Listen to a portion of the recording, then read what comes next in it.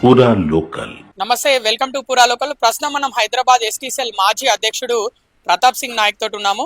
April 22వ తారీఖున కాశ్మీర్లోని పహల్గామ్లో ఉగ్రదాడి జరిగింది. దాంట్లో దాదాపు 28 మందికి పైగా చనిపోయారు.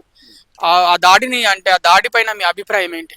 చూడండి, ఇది ముమ్మాటికి మోడీ గారిని మరి అక్కడ రాష్ట్ర ప్రభుత్వాన్ని నమ్మి మరి వివిధ రాష్ట్రాల నుంచి మరి ప్రజలు వెళ్ళి పహల్గామ్లో విహారయాత్రకు వెళ్ళారు. నమ్మి వెళ్తే అక్కడ వాళ్ళు వాళ్ళ ప్రాణాలను కోల్పోయారు. నేను చెప్పడం ఏంటంటే భారతదేశ ఇంటెలిజెన్స్ ఆ సమయంలో ఫెయిల్యూర్ అయిందని నేను భావిస్తున్నాను. ముఖ్యంగా భారతదేశంలో ఏ మూల ఏమైనా జరగబోతే ముఖ్యంగా ఇంటెలిజెన్స్ ఒక సమాచారం ఇస్తుంది. మరి ఆ సమాచార లోపం ఎందుకు జరిగింది? ఇంకో విషయం, అక్కడ రాష్ట్ర ప్రభుత్వము మరి వారం రోజుల క్రితమే చెకింగ్ అవుట్ పోస్ట్ ని ఎందుకు ఖాళీ చేయించారు?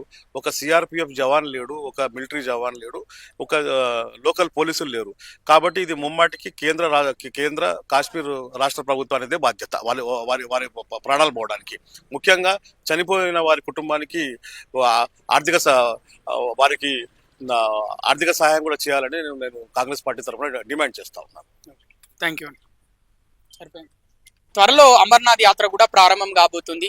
మరి మీరు కాంగ్రెస్ పార్టీ తరఫున ప్రజలకు ఏం చెప్పాలనుకుంటున్నారు కాశ్మీర్ గురించి, అమర్నాథ్ యాత్ర గురించి? ఖచ్చితంగా మనము హిందువులం కాబట్టి ఖచ్చితంగా అమర్నాథ్ యాత్రకు వెళ్ళవలసిందే. ఆ యాత్రను విజయవంతం చేయవలసిందే. ఈ భారతీయులు ఎవరితో భయపడరని చెప్పేసి ఇంకోసారి చాటి చెప్పాల్సిందే.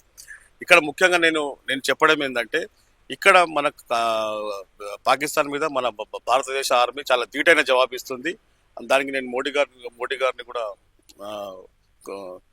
కృతజ్ఞతలు మా కాంగ్రెస్ పార్టీ తరఫున చెప్పబోతా ఉన్నాను.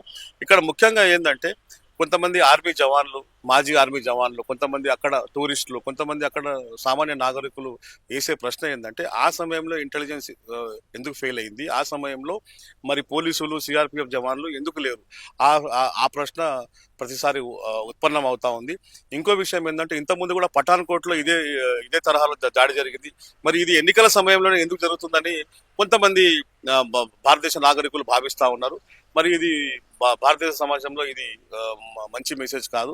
దీని మీద కూడా కొంచెము ఎంక్వైరీ జరగాల్సిన అవసరం ఉంది.